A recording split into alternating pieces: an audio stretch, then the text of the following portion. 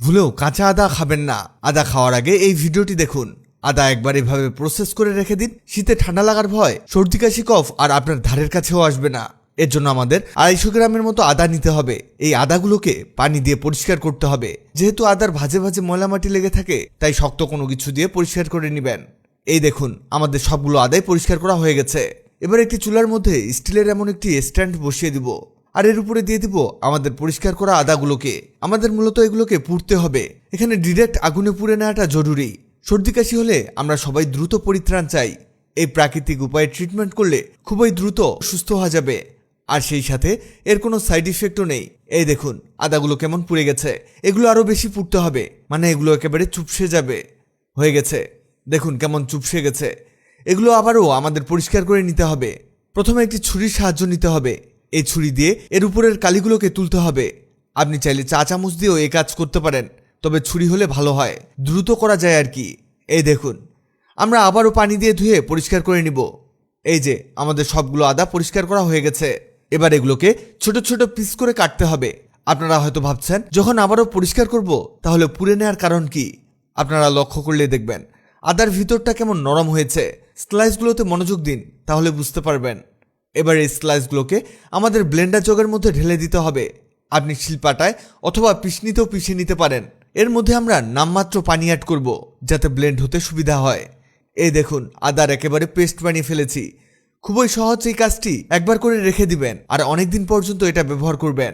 এবার এই পেস্টটিকে একটি কড়াইয়ের মধ্যে ঢেলে দিতে হবে। এর উপরে দিয়ে দিব 1 কাপের মতো গুড়। আমরা আগেই গুড়গুলোকে কেটে রেখেছি। এবার মিডিয়াম হিট দিয়ে নাড়তে থাকুন। এখানে দেখবেন খুবই দ্রুত গুড়গুলো নরম হয়ে আদার সাথে মিশে গেছে।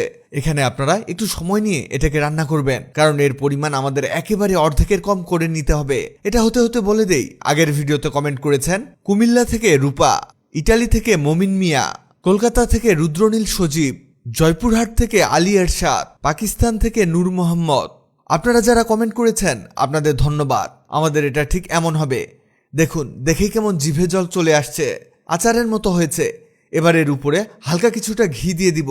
আবারও মিক্স করে নিব ভালো করে। এটা মিক্স হতে হতে আমরা এদিকে আরেকটা কাজ সেরে ফেলি। ব্লেন্ডারের মধ্যে কিছুটা চিনি নিয়ে নিব। এবার এই চিনিগুলোকে গুঁড়ো করতে হবে। এটা একেবারে পাউডার বানাতে হবে। এই দেখুন কেমন আটার মতো হয়ে গেছে। এটাকে একটি প্লেটে নামিয়ে নিব। চিনি গুঁড়োগুলো পরে ব্যবহার করছি। আগে আমাদের আদা চাটনিটিকে একটি বাটিতে নামিয়ে নিব। এখানে আমাদের আরও লাগবে ঘি। আমরা হাতের তালুতে হালকা ঘি মেখে নিয়ে আদার একটু অংশ নিয়ে নিব, আর 2 হাত দিয়ে এভাবে রাউন্ড শেপ বা মিষ্টি শেপ দিয়ে নিব। আপনি এখানে আমাদের মতো ছোট ছোট শেপ দিবেন, বড় শেপ দেওয়া যাবে না। এবার এটাকে আমাদের সেই চিনির গুঁড়োর মধ্যে দিয়ে কোট করে নিতে হবে। আরেকটি কাচের পাত্রের মধ্যে হালকা কিছুটা চিনি গুঁড়ো ছিটিয়ে দিয়ে এর মধ্যে মিষ্টিটিকে রেখে দিব। একইভাবে আমরা আরও একটি তৈরি করে দেখাচ্ছি। দেখুন, খুবই সহজ। সবগুলো আমরা রাউন্ড শেপ দিয়ে নিয়েছি। এবার এগুলোকে আমরা কোট করে নিব। এগুলো যখন কোট করা হবে তখনই কাচের জারে ভরে রাখবেন। এগুলো আপনি লাড্ডুর মতো করে খাবেন। বিশেষ করে যখনই সর্দি কাশি হবে তখন এটা খুবই কাজে আসবে। এটা আপনার হজমেরও কাজ করবে। পেটের ভুটভাট, গ্যাসের সমস্যায় এটা আপনার অনেক উপকারে আসতে পারে। এটার টেস্ট টক ঝাল মিষ্টি। আপনি চাইলে রং চায়ের মধ্যেও এটা দিয়ে মিক্স করে খেতে পারেন। এতে আরও দ্রুত কাজ করবে।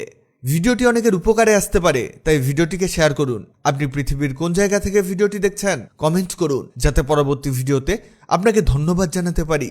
ভিডিওটি ভালো লাগলে লাভ রিঅ্যাক্ট দিন, খারাপ লাগলে হাহা রিঅ্যাক্ট দিন।